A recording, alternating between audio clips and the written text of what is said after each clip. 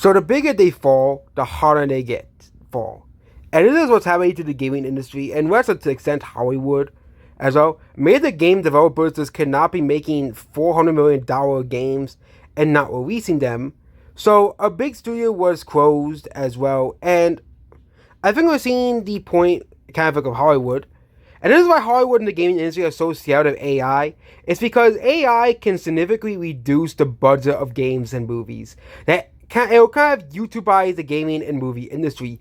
Anyone can make YouTube already, kind of screwed Hollywood because people can watch high quality movies, you know, from a YouTube channel. Same thing of animation.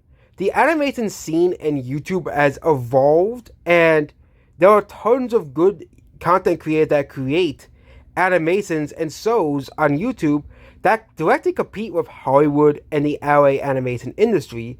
You have indie animation as well. And we talk about the past couple of years, even games like, Evolve, they're not doing too well either. These are the gaming industry is chasing something that is just unfeasible at this moment. But you can't always, expand upon the scope and continue to do that. Okay, you know, it's eventually becoming, well, it's quality over quantity. And gaming, when it comes to budget, it's the budget is the quantity. We want to make everything bigger, larger, bigger. Okay, despite this, almost all the most popular games are games like Minecraft, Fortnite, and Roblox, games that do not really approach this type of thing, and most AAA developers continue to struggle. Okay, as well, they continue to struggle. Okay, and yes, it's always good to add new stuff to a game. Okay, but why has Minecraft been so successful for a decade? Fortnite for almost a decade, or Roblox for more than a decade. Okay, the idea of bigger is better does not really work anymore. It worked when there were generational leaps in gaming. It worked when games actually were, expanding and evolving in technology. But really to the point where gaming, there was really nothing left to grow. Okay, there was really nothing left to grow. Okay, games, when it comes to resolution, you can't really improve resolution all too much. And once you want to have a photorealistic game, which it's just, yeah. If when it comes to the gaming industry, gaming, they do need to find new ways to innovate, new ways to change the games we have. Instead of making the same game over and over again, why don't you do something new? Why has Nintendo, despite the, flood of the awful AAA games, why has Nintendo still been so successful?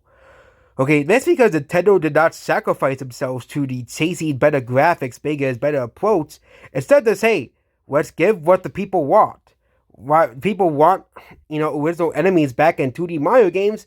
Okay, let's make Mario Wonder. Okay, I do think the reason why Mario Wonder took so long is that Mario Wonder, I think, was originally supposed to be a new Super Mario Bros. Title. Okay, but midway through development, they scrapped it, and they decided to do something different and something new. Okay, same thing with Pikmin 4. They wanted to make, I do think with some Nintendo IPs, they are still trying to do it like with Pikmin. They wanted to make the game as big as possible. And yes, that type of game takes a long time to make, which is why Pikmin 4. And also, the Pikmin 4, I think, was supposed to be released on the Wii U, but they canceled it in favor of the Switch, and then they had to work on the Switch. And then they say, hey, we don't know if Pikmin 4 could be successful, so they released Pikmin 3 first. Oh, Pikmin 3 sold 2 million copies. Okay, let's release Pikmin 4. I think it's the same thing with original Paper Mario. I think Nintendo wants to bring back the original style of Paper Mario as well, but they don't know if it'll be financially successful. So I guess when we re-release Bowser the Door, oh, it sold a similar amount of copies to Pikmin 3 Deluxe. So hey, a new Paper Mario game will obviously sell way better because guess what? People want to play a new game than play an old game. It's just the fact of it. Okay, people want to see something new. Okay, yes, there are people who like Bowser the Door who do like Pikmin 3, but a lot of people who want to play that game already played it.